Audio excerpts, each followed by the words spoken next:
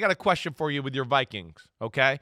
Your Vikings team, it's good, right? I mean, I'm not going to sit here and go, I think it's Super Bowl with the Minnesota Vikings, but would I be shocked if the Vikings? I've never thought that. I know. You're right. Other than never. 1998. Yeah, right. But I mean, I still look at the team and go, wait, there's better players on defense, and it's Brian Flores as the D coordinator. The offense, right? It's talented.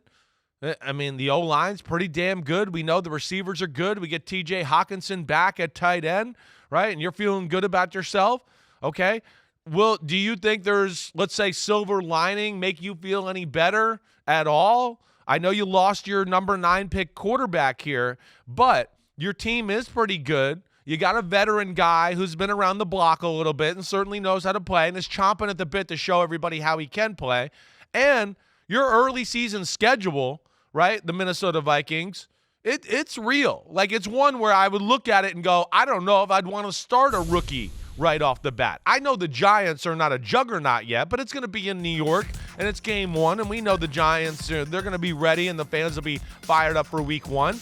But the next 4 games after that, 5 games, 6 games, are all against teams that were in the playoffs last year, except for the Jets, who we know are a playoff caliber roster and all that. Maybe this can be a good thing for your Minnesota Vikings football team and handling this early season tough schedule here. Well, you get a guy under center who's got 56 regular season starts under his belt. And I think that when you factor this McCarthy injury into the equation, assuming he's out for the year, assuming it's going to be Darnold, it puts the Vikings into that category of teams that nobody's really paying attention to. Yeah. And that Right. can be one of the ingredients in surprising some people, because for each of those games we looked at up until the bye, following the game against the Jets in London, the Vikings are going to be the underdogs every week. The Vikings are going to be the team that the opponent believes we will show up and beat. And they may be in for a surprise, because that's was the Texans' formula last year. Nobody took the Texans seriously. I mean, in the division, you would probably pick the Vikings to finish 4th. They have the least buzz of any of the other teams. The Lions are still carrying over what they did last year. The Bears have all these shiny new objects that are revolutionizing their offense. The Packers have Jordan Love, Yeah, and they're the loaded. arrow is pointing up. Right. Right now, I mean, I'm sure we're going to do this at some point before the season starts. We're going to go division by division. How do you make a strong case for the Vikings as higher than 4th place?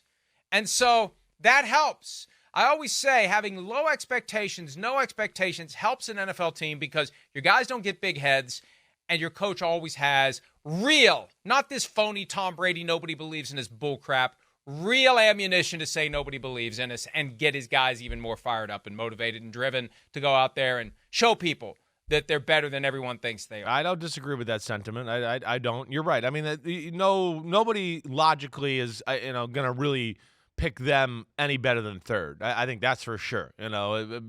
Hey, the Lions are a Super Bowl. We know it.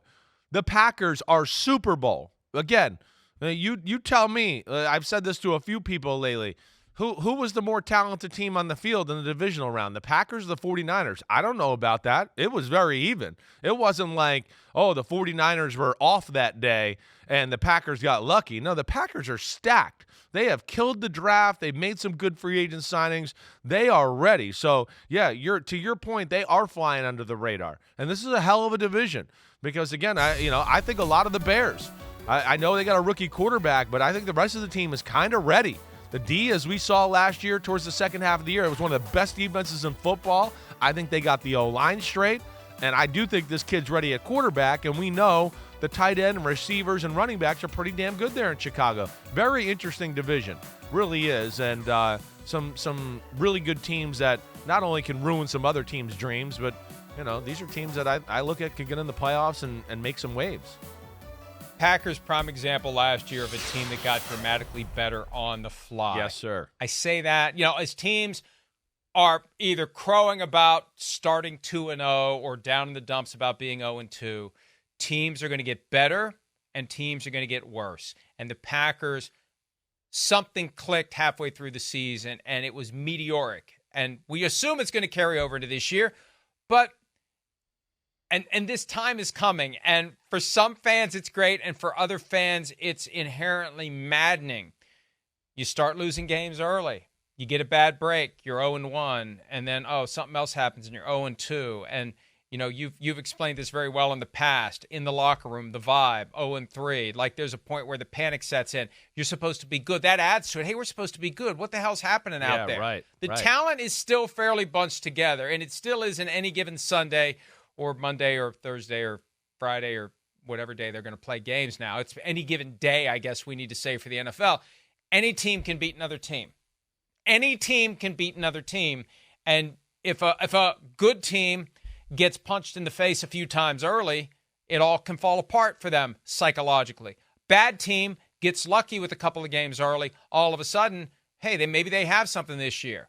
So, yeah, that's part of the fun of throwing them all into the blender, putting them all into their schedules, and we look at it one game at a time, and we know it's never going to go exactly the way we think, except the Chiefs are probably still going to be in the Super Bowl and we'll be 10 points down in the second half and win it. Other than that, we don't know what's going to happen. Right. No, yeah, I hear you. You're right. And it's the psychological element of how the season starts is always a real factor, and where you are and what you did in those first few games and then building off of that, right? So we'll see where it goes here. But this Vikings team, I'm not counting them out just because J.J. McCarthy got hurt. Yeah, Certainly not. I was counting them out. Yeah, you're a hater and you're Dr. Doom. Well, no, but this is just kind of like realistic. Yeah. The NFC, it was the AFC is still really stacked. The NFC's not stacked. But they're maybe moving in that direction. They could be. If the Eagles can avoid whatever the hell that was after they started 10-1, they're going to be pretty damn good. Well, right? This is a good combo here. Because I kind of was going through this mental gymnastics a little the other day thinking about this. To your point, yes, the Eagles, I'll put them in the Super Bowl window. 49ers, Super Bowl window. Yes. Right? No Lions. doubt about it. Lions, no doubt about it. Green Bay Packers, I'm going to throw in there too. Now you get to teams like Dallas, I'm not putting in Super Bowl window. No. The Rams, I probably would. I'm not going to say they're strong, but I'll put them in that fringe. Yes, the fringe Super Bowl conversation. But I think when you get to the NFC, and I know there's more to be done here, and I could be wrong, but I think as an early season before the season starts, I think the Tampa Bay Buccaneers are probably another team where you could say fringe, maybe. But after that, I think that's all you're talking about. AFC, let's go to the videotape. AFC, I mean, it's everybody. It's freaking everybody. Okay, Ravens, Bills, Chiefs, Texans, Browns, Dolphins, Steelers. I'd put the Steelers in there this year. The Bengals, the Jaguars, the Jets. There's 10 teams in the AFC right off the bat that you go, no. The roster, I know they got to play games and do all that, but the roster is Super Bowl quality where I'd go, oh, it's February 9th and this is Super Bowl. Oh, they're in. I'm not shocked by that. That team's got talent across the board. So, yeah, the NFC might be closing the gap, but damn, the AFC still got the advantage. The consensus one team that had no chance last year in the AFC was the Texans. That's right. And they won the division. That's right. So I'm not going to use that phrase, no chance, anymore. Yeah. I would say the teams in the AFC that are going to have a harder time competing than the others would be the Patriots, the Raiders because of the quarterback situation. Sure. I think we throw the Titans in there just because we don't really know. Yeah. It's more of we don't really know what they're going to do. Right. A lot of changing parts there. So, yeah, I hear you. And kind of sort of the Broncos, although maybe Bo Nix ends up being Drew Brees right out of the gates and Sean Payton and company surprise everyone. But those are the ones I'd look at. And that's it in the AFC to say it's going to be really hard for them to compete. Yeah, I think so too, right? And even within that, I think, hey, you look at teams like Tennessee and the Broncos, like you mentioned, they'll be a pain in the butt. There's no doubt. But, yeah, I think that the AFC, the depth, the quarterback play is really, really special. We know that. And, yeah, the NFC has got more questions. I mean, there's pieces and teams that you look at and go, Atlanta's got some things I like.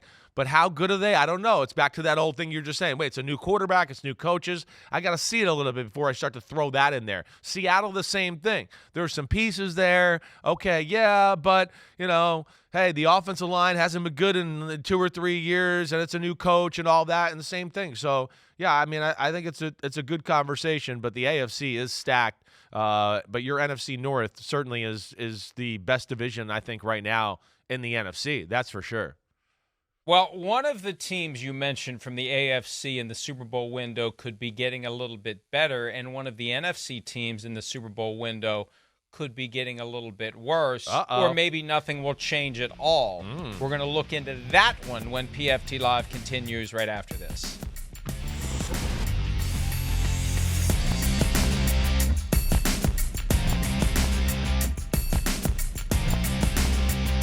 Hi, it's Mike Florio. Thanks for watching PFT on YouTube. Hit subscribe for the latest news and analysis from Pro Football Talk.